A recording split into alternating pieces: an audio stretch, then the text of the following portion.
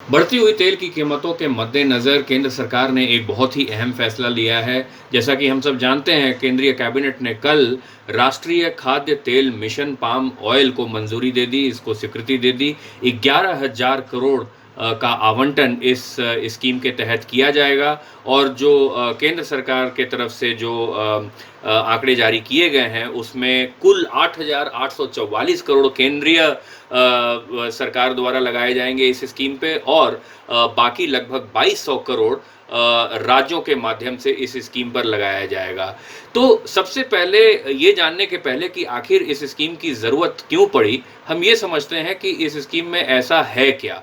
तो सबसे बड़ी बात और अहम बात यहाँ पे ये है कि सरकार का मत है कि हमारे देश में जो घरेलू उत्पादन है क्रूड ऑयल पाम ऑयल का, उसको बढ़ाया जाना चाहिए ताकि जो इसका आयात होता है उस पे निर्भरता को कम किया जाए। जहाँ तक हमारे खाद्य तेलों और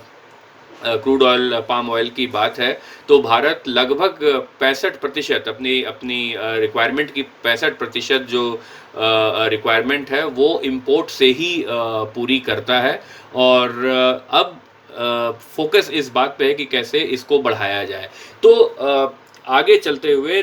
प्लान ये है कि 2025-26 तक जो अभी